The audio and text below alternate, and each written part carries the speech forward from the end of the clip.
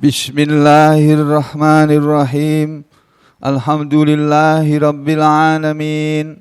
Wassalatu wassalamu ala rasulillah wa ala alihi tahirina ajma'in. Amma ba'du ayyuhan nas, ittaqullaha mastata'tum wasma'u wa adhi'u la'allakum turhamun. Para muslimin rahimakumullah, kita lanjutkan pelajaran tafsir surah Shad, surat yang ke-38. Sebelum menuju kepada ayat yang akan dibicarakan, kita mengulangi bacaannya sambil berusaha menghafalkan. A'udzu billahi minasy syaithanir rajim. Bismillahirrahmanirrahim. Shad wal Qur'ani dzidzikr. Balil ladzina kafaru fi izzatin wa shiqaq. Kam ahlakna min qablihim min qarn fanadaw wa la tahina manas. Wa'ajibu an ja'ahum munzirum minhum wa qala al-kafiruna hadza sahirun kazzab. Aja'alal alihata ilahan wahida. Inna hadza la syai'un ujab. Wantalaqal mala'u minhum animshu wasbiru ala alihatikum. Inna hadza la syai'un yurad. Ma sami'na bihadza fil millatil akhirah. In hadza illa ikhtilaq.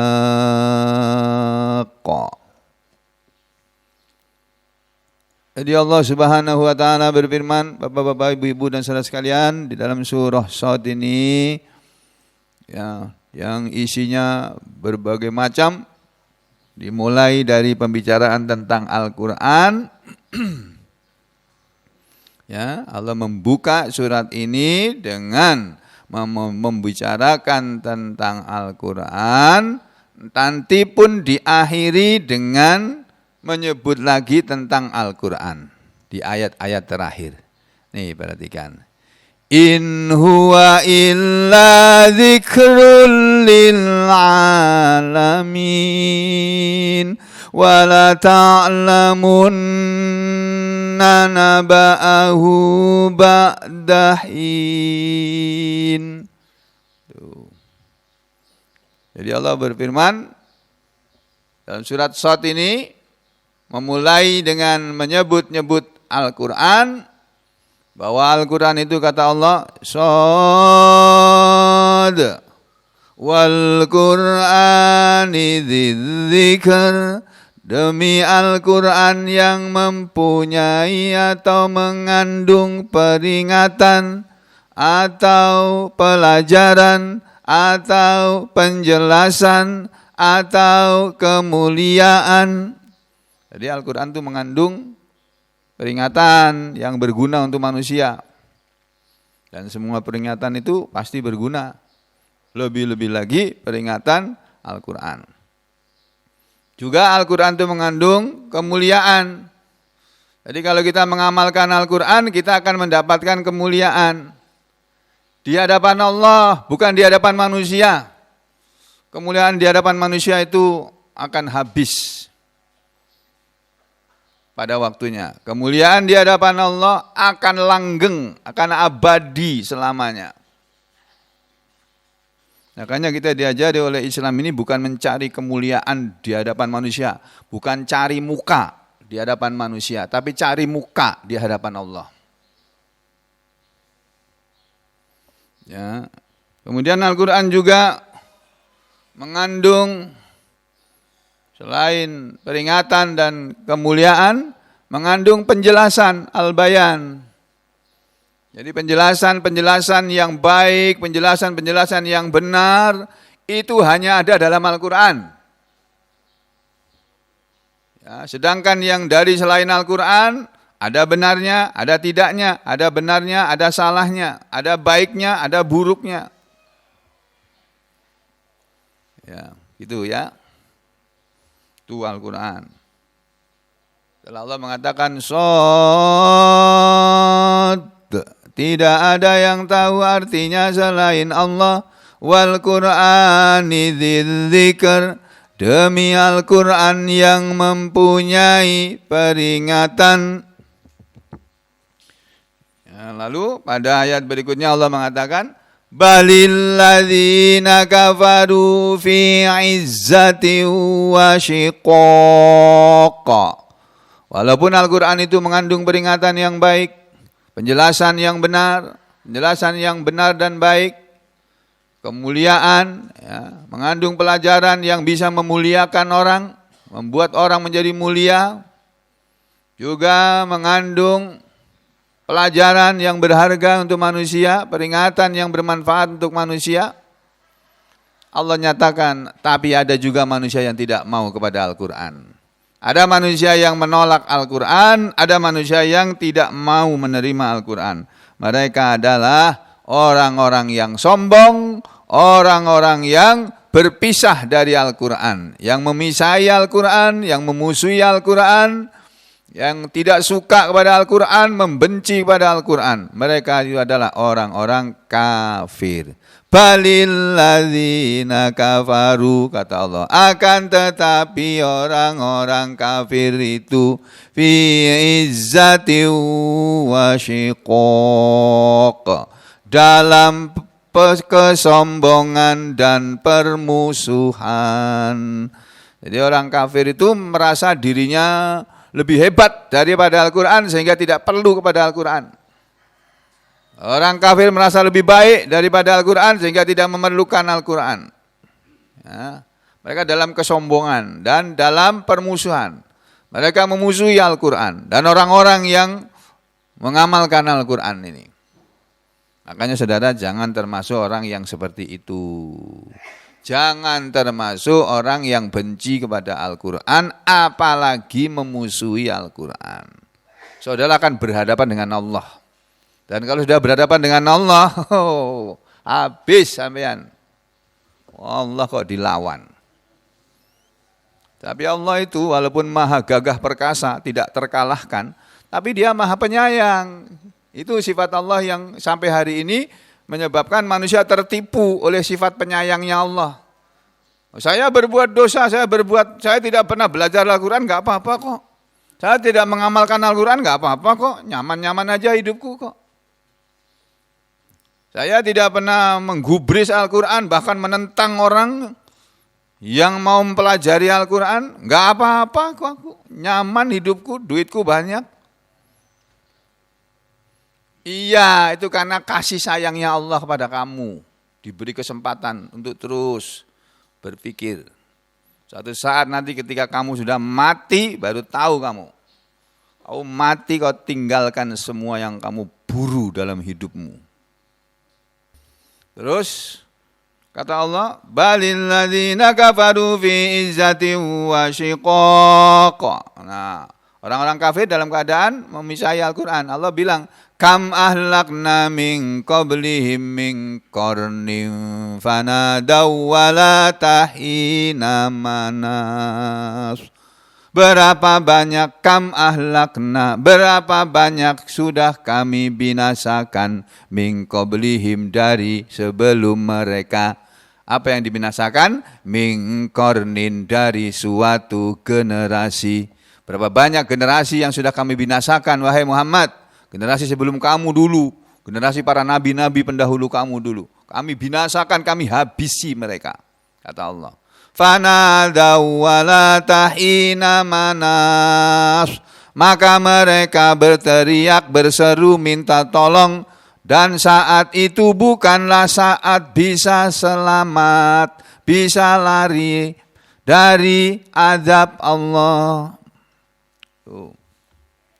Lalu pada ayat yang keempat ya, Allah berfirman, wa ajibu an ja'ahum mundzirum minhum wa qalal kafiruna hadza syai'un ajib. Perhatikan Pak, ini ayat ini sering kita ulang-ulang, sering kita baca, tapi semakin saudara baca, saudara dapat inspirasi baru lagi. Itulah Al-Qur'an. Hari ini saudara memahaminya begitu saja, besok baca lagi, tambah lagi pemahamannya. Besok baca lagi, tambah lagi pemahamannya. Itu Al-Qur'an itu kayak gitu. Ilmunya itu selalu berkembang. Allah bilang kan dalam ayat keempat itu, wa ajibu, dan mereka Muhammad merasa heran. Mereka heran anja'ahum, bahwa telah datang kepada mereka mundirun, seorang pemberi peringatan, minhum, yang asalnya dari mereka juga. Mundirun minhum ya. Datang kepada mereka pemberi peringatan, mereka merasa heran. Wa qalal kafiruna, dan berkatalah orang-orang kafir itu, wahai Muhammad, ya, ketika Al-Quran datang dibawakan oleh seorang pemberi peringatan dari kalangan mereka, yaitu dirimu. Lalu kata orang-orang kafir itu, hadza sahirun kadzdzab.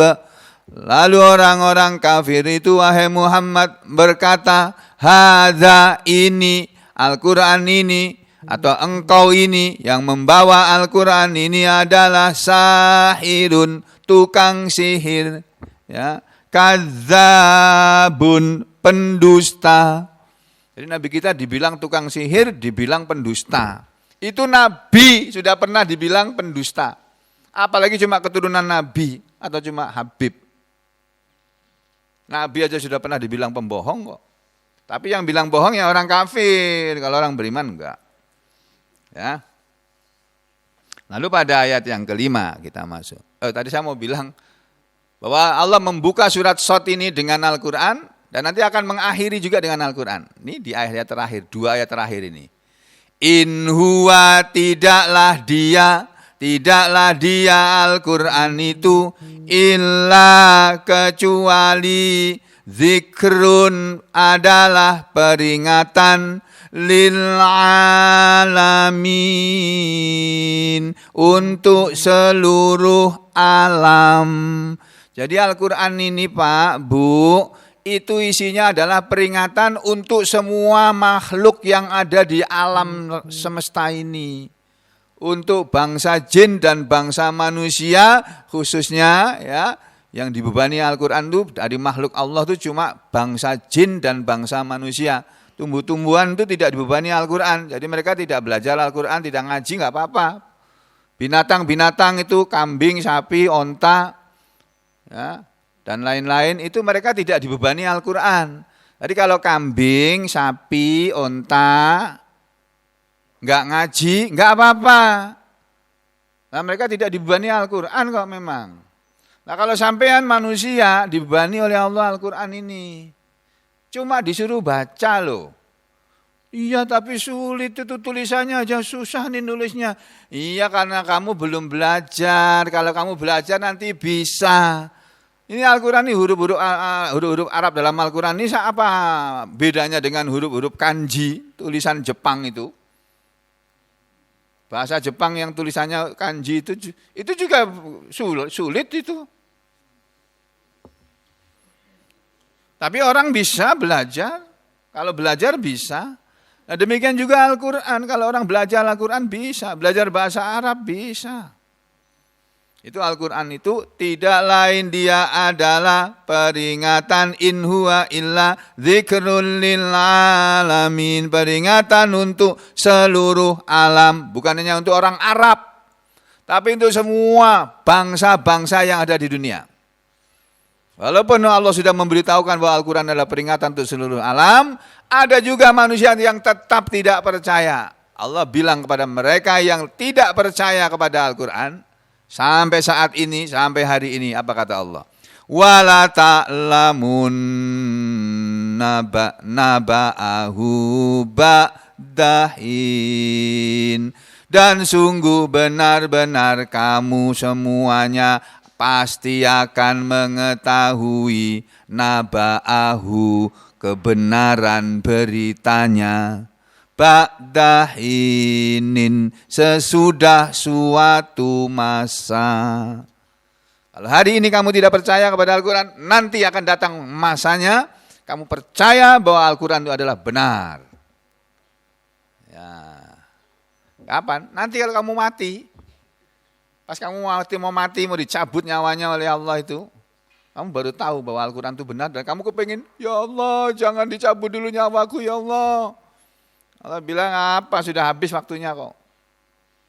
Ya, sudah. Jadi saudara, mumpung kita masih diberi umur oleh Allah, mari kita gunakan umur kita sebaik-baiknya. Kita punya sesuatu, bisa kita berikan kepada orang, berikan kepada orang. Karena yang saudara berikan kepada orang, itulah milik Anda, milik saudara yang sebenarnya. Yang saudara simpan-simpan itu bukan milik sampean. Itu yang bilang Rasulullah SAW. Yaqulu ibnu Adam, selalu berkata anak Adam itu. Yaqulul insan, selalu berkata manusia itu, kata Rasulullah. Mali, mali, ini hartaku, ini hartaku. Manusia selalu mengatakan, itu kebun yang di sana itu, yang sekian hektar itu, puluhan ribu hektar itu punyaku itu. Pabrik kelapa sawit yang di sana itu, itu punyaku itu. Perusahaan itu punyaku itu. Itu kalau sama orang berani pamer gitu, sama petugas pajak nggak berani dia. Ya. Jadi dia selalu mengatakan begitu manusia. Nabi mengatakan walaisa lahu min malihi, padahal tidak ada untuk dia dari hartanya. Padahal bukan milik dia dari hartanya. Illa kecuali, kata Rasulullah, ma'akala, apa yang sudah dia makan, fa'afna, lalu habis dia makan. Kalau jenis makanan, harta yang berjenis makanan, ini kayak ini, pagi-pagi aku udah dikasih makanan segini banyaknya Pak. Oh, ini suruh ngabisin aku sendiri nih Pak Haji Rahmat ini, Masya Allah. Perutnya segini suruh ngabisin aku ini Pak Haji Rahmat. Wah Allah. Lagi nih. Tidak, walaisa lahu min malihi, dan tidak ada milik dia dari hartanya, kata Rasulullah, illa ma'akala, kecuali apa yang sudah dia makan, fa'afna, lalu habis. Kalau belum dia makan, walaupun itu makanan milik dia, itu bukan punya dia, kata Rasulullah. Nanti bisa saja dimakan oleh kucing. Kucing di rumahku ini Pak, kalau saya datang, kucing datang juga Pak. Kalau aku pergi nggak ada kucing di situ katanya. Kucingnya siapa? Jadi kadang-kadang aku sudah nyimpan ikan nila goreng itu ya di meja makan, udah dikasih tutup Pak, orang sini bilang tutup makanan tuh. Tudung saji. Itu kucingnya bisa ngambil ya Pak. Dicakar gitu tuh, hilang itu. Ya itu rezekinya kucing itu. Bukan punya kamu itu. Jadi walaisa lahu min malihi illa ma akala fa'afna, dan tidak ada bagi manusia dari harta miliknya kecuali apa yang sudah dia makan lalu habis. Yang masih belum dia makan bukan punya dia, kata Rasulullah. Wa ma labisa fa'abla, dan apa yang sudah dia pakai lalu menjadi rusak sampai rusak. Jadi harta-harta yang dipakai manusia, mobil kah, rumah kah, apakah yang dipakai oleh manusia sampai kemudian rusak, nggak bisa dipakai lagi, ya itu milik dia. Sedangkan mobilnya yang dia simpan-simpan, yang jarang dipakai, dipakainya kecuali kalau ada presiden datang gitu ya, baru dipakai, kalau kondangan baru dipakai ya. Sehari-hari pakai yang biasa, itu bukan punya dia itu. Punya siapa? Punya ahli warisnya. Nanti kalau mati, ya itu milik anaknya itu. Jadi rebutan anaknya. Masya Allah. Ya, itu. Wa ma labisa fa'abla. Walaisa mimalihi, dan tidak ada milik dari hartanya kepunyaan dia illa ma tasaddaqo, kecuali apa yang dia sudah sedekahkan, fa'amdo biha, lalu dia akan bersamanya. Jadi saudara, nanti kita di alam kubur akan ditemani oleh sedekah-sedekah kita. Nah, kembali ke sini, setelah Allah berbicara tentang orang kafir yang memusuhi Al-Quran dan bahkan menuduh Al-Quran atau Nabi Muhammad itu sebagai tukang sihir dan pembohong, pada ayat yang kelima Allah Ta'ala berfirman, Aja'alal alihata ilaha wahida inna hadza la syai'un ujab. Aja'ala, apakah dia Muhammad itu telah menjadikan al-alihata, Tuhan-Tuhan yang banyak itu. Al-alihata, kata al-alihata ini jamak dari kata al-ilahu. Kalau satu al-ilah. Kalau pakai al-ilahu, kalau enggak pakai al-ilahun, ilah. Ilahi Robbi. Itu apa namanya? Tuhanku, sesembahanku, Tuhanku ilahi. Jadi, apakah dia Muhammad menjadikan Tuhan-Tuhan yang banyak itu ilaha wahida, menjadi Tuhan yang satu, ilahan, sesembahan atau Tuhan, wahidan yang cuma satu. Apa Muhammad itu mau menjadikan Tuhan kita yang banyak ini, hei orang Quraisy, hei orang Mekah? Apa Muhammad itu mau menjadikan Tuhan yang kita yang banyak ini menjadi satu Tuhan saja? Itu inna hadza, sesungguhnya ini yang disampaikan oleh Muhammad ini la syai'un, sungguh sesuatu, ujabun, yang diherankan. Ini ajaran Muhammad ini aneh. Masa semua orang suruh nurut sama dia? Kita ini disuruh meninggalkan sesembahan kita, Tuhan-Tuhan kita, disuruh mengikuti Tuhannya dia. Ini dalam tafsir Ibnu Abbas diterangkan begini.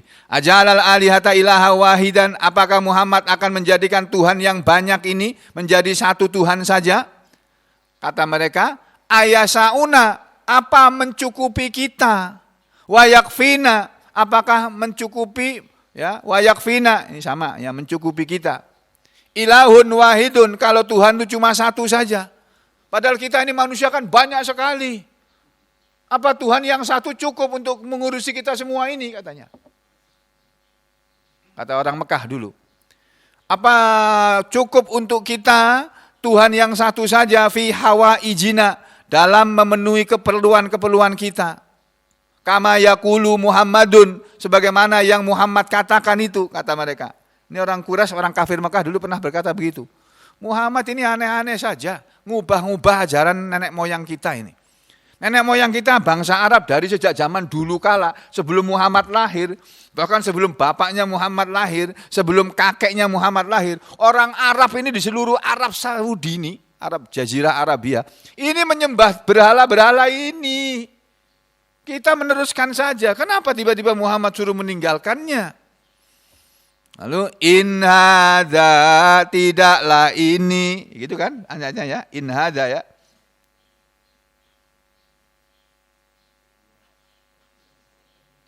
Inna hadza, in hadza ya. Inna hadza, sesungguhnya ini apa? Ini maksudnya alladzi yaqulu, yang mengucapkannya sallallahu alaihi wasallam, apa yang diucapkan oleh Nabi Muhammad SAW. Kata mereka, ucapan Nabi yang mengajak orang menyembah Tuhan yang satu, itu kata mereka la syai'un sungguh sesuatu, ujabun yang diherankan. Ujab artinya sama dengan ajib, ajibun sama. Itu kata Ibnu Abbas. Dalam tafsir Jalalain dikatakan, aja'alal alihata ilaha wahida. Apakah Muhammad akan menjadikan Tuhan yang banyak ini menjadi satu Tuhan saja? Haitsu di mana kata ahli tafsir Jalalain ini, di mana qala dulu orang-orang Mekah telah berkata, Nabi Muhammad telah berkata lahum kepada mereka orang-orang Mekah. Nabi berkata begini pada orang-orang Mekah. Orang-orang Mekah, qulu ucapkanlah la ilaha illallah. Kalian semua ucapkan la ilaha illallah, tidak ada Tuhan selain Allah. Nabi kita mengajak, tinggalkan semua berhala-berhala yang kalian sembah itu, lalu sembahlah Tuhan yang Maha Esa, Allah Subhanahu wa taala. Nabi mengajak begitu. Lalu orang Mekah merasa heran. Yaitu kaifa yasa'al khalqa, bagaimana bisa mencukupi makhluk kullahum semuanya ini. Ilahun wahidun, kalau Tuhan cuma satu. Manusianya banyaknya begini kok. Apa cukup kalau Tuhan cuma satu aja yang ngurusin kita semua? Itu pikiran mereka begitu, Pak. Dikiranya Tuhan itu seperti manusia gitu. Ya Allah. Lalu diterangkan riwayat cerita tentang turunnya ayat ini dulu. Kenapa sampai turun ayat ini? Ceritanya begini. Wadhalika, dan yang demikian ini, yang demikian itu, ya ini yang disebut dalam ayat ini ceritanya awal mulanya adalah anna, bahwasanya Umar bin Al-Khattab, sahabat Umar bin Khattab radhiyallahu an, aslama, dia masuk Islam. Jadi Umar bin Khattab dulu masuk Islam, walaupun dia masuk Islamnya bukan awal-awal. Yang pertama kali masuk Islam kan sesudah istri Nabi, Khadijah, lalu Ali bin Abi Thalib, lalu Abu Bakar As-Siddiq. Itu ya kalau nggak salah ya, urut-urutannya. Nanti dicek lagi sejarah. Kalau saya salah ya dikoreksi. Nah, Umar bin Khattab pada suatu hari masuk Islam. Lah masuknya Umar bin Khattab memeluk agama Islam ini, fasyaqqa dzalika, maka memberatkanlah hal itu ala Quraisyin, kepada orang Quraisy. Orang-orang Quraisy, orang-orang Mekah keberatan. Kenapa Umar bin Khattab masuk Islam? Orang-orang Quraisy keberatan, wa fariha bihi, dan bergembiralah dengannya, dengan masuknya Islam Umar. Siapa yang bergembira? Al-mu'minun, orang-orang beriman. Jadi ada orang masuk Islam, orang beriman senang, tapi orang Mekah, orang kafir Mekah keberatan. Dan itu berlaku sampai hari ini, Pak. Ya. Faqala, maka berkatalah pada waktu itu Al-Walid bin Mughirah, seorang tokoh Mekah yang kaya raya yang bernama Al-Walid bin Mughirah. Lil mala'i, kepada para tokoh-tokoh, para pemimpin-pemimpin, para pembesar-pembesar min Quraisyin, dari suku Quraisy. Wahum, dan mereka as-sanadidu, adalah para pemberani, wal asrafu, dan orang-orang yang mulia, orang-orang yang dihormati di Mekah pada waktu itu. Wakanu, dan mereka adalah jumlahnya khamsatan wa isrinan, 25 orang. Khamsatan wa isrina rajulan, 25 orang jumlahnya. Akbaruhum sinnan, yang paling tua umurnya di antara mereka, ya, akbaruhum, yang paling besar di antara mereka, sinnan, tahunnya maksudnya, yang paling tua di antara mereka adalah Al-Walid bin Al-Mughirah, orang yang bernama Al-Walid bin Mughirah. Qala lahum, berkatalah Walid bin Mughirah kepada pembesar-pembesar Quraisy, umsu, ayo berjalanlah kalian semua ila Abi Thalib, kepada Abu Thalib. Ayo kita semua, kalian semua ikut sama aku, kita temui Abu Thalib, paman Nabi, yang dekat dengan Nabi. Fa'atau Abu Thalib, lalu mereka mendatangi Abu Thalib. Waqalu, dan mereka berkata kepada Abu Thalib, anta saykhuna, engkau adalah orang tua kami, wahai Abu Thalib. Wa kabiruna, dan engkau adalah pembesar di antara kami, orang besar di antara kami. Wa qad alimta, dan sungguh engkau wahai Abu Thalib telah tahu, engkau mengetahui ma fa'ala, apa yang telah memperbuat haula'is sufaha, orang-orang bodoh itu. As-sufaha ini orang-orang bodoh, haula'i itu. Hei Abu Thalib, engkau kan sudah tahu apa yang telah dilakukan oleh orang-orang bodoh itu. Jadi Walid bin Mughirah Abu Jahal, Abu Lahab semua kumpul ngomong kepada Abu Thalib, "Hai Abu Thalib, kamu kan tahu apa yang telah dilakukan oleh orang-orang bodoh."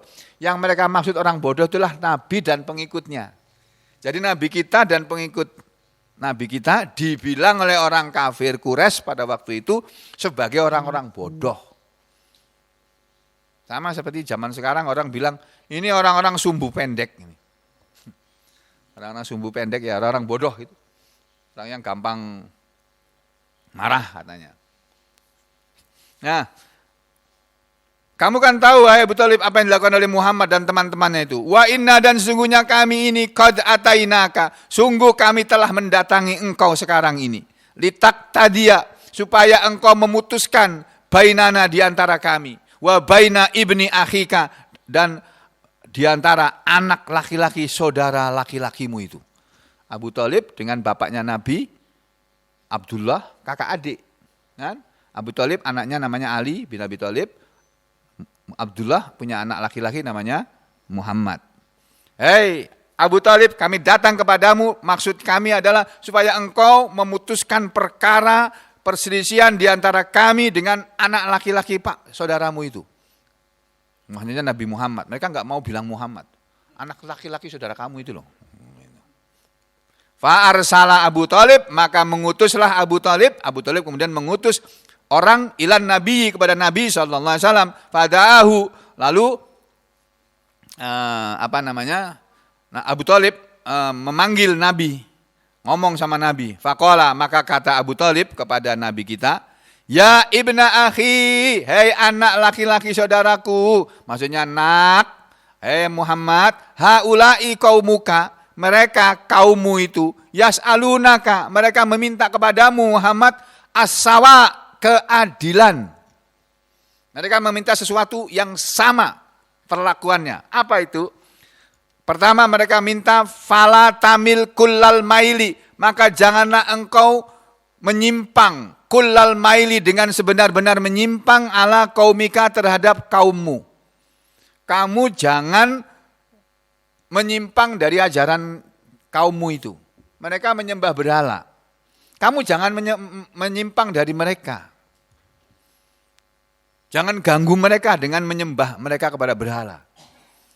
Apa jawaban Nabi kita? Faqala, maka bersabdalah Rasulullah sallallahu alaihi wasallam, wa madza yas'aluni, wa madza, dan apa yang yas'aluni mereka minta kepadaku wahai paman. Mereka minta apa kepadaku? Lalu aku disuruh apa oleh mereka? Qalu, mereka bilang Muhammad melalui juru bicaranya Walid bin Mughirah dan Abu Lahab, Abu Jahal, mereka bilang begini, urfut dzikra alihatina, tinggalkanlah menyebut-nyebut Tuhan-Tuhan sesembahan kami. Wa nadaka, dan kami akan membiarkan engkau, wa ilahaka, dan Tuhanmu. Artinya mereka minta kepada Nabi kita melalui pamannya Abu Thalib, supaya Nabi jangan lagi membicarakan Tuhan-Tuhan yang mereka sembah. Kalau zaman sekarang ya, yang zaman hari-hari ini di negara kita ini, jangan bilang-bilang komunis lagi, komunis sudah mati, nggak ada. Itu. Ya. Terus apa? Nabi kita disuruh, kamu tinggalkan menyebut-nyebut sesembahan mereka, nanti mereka akan meninggalkan kamu, membiarkan kamu dengan Tuhan kamu. Jadi masing-masing jalan sendiri-sendiri gitu. Apa kata Nabi kita? Faqalan nabiyyu, maka bersabdalah Nabi sallallahu alaihi wasallam kepada tokoh-tokoh Quraisy pada waktu itu. Jadi Nabi kita dipanggil, terus Abu Jahal dan pembesar-pembesar tadi dipanggil juga. Jadi mereka dipertemukan. Nabi kita dipanggil, tokoh-tokoh Quraisy juga dikumpulkan, lalu Abu Thalib mengambil jalan tengah supaya Nabi dan orang Mekah tidak berselisih, tidak ribut gitu. Mau didamaikan. Apa kata Nabi kita ketika orang-orang Mekah meminta supaya jangan menyebut-nyebut berhala-berhala mereka lagi, jangan menjelek-jelekan berhala-berhala mereka lagi, biarkan mereka menyembah berhala mereka, dan mereka akan membiarkan Muhammad menyembah Tuhannya. Apa kata Nabi kita? Atutuni kalimatan wahidatan, Apakah kalian semua, wahai para pembesar-pembesar Quraisy, mau memberikan kepada aku kalimatan wahidatan, satu kalimat saja? Aku mau, ya. Tapi syaratnya adalah kamu memberikan kepadaku satu kalimat saja, yang tamlikuna biha, dengan satu kalimat itu, biha, dengannya, dengan satu kalimat tadi, tamlikuna al-Arab, kalian akan bisa menguasai seluruh Arab ini.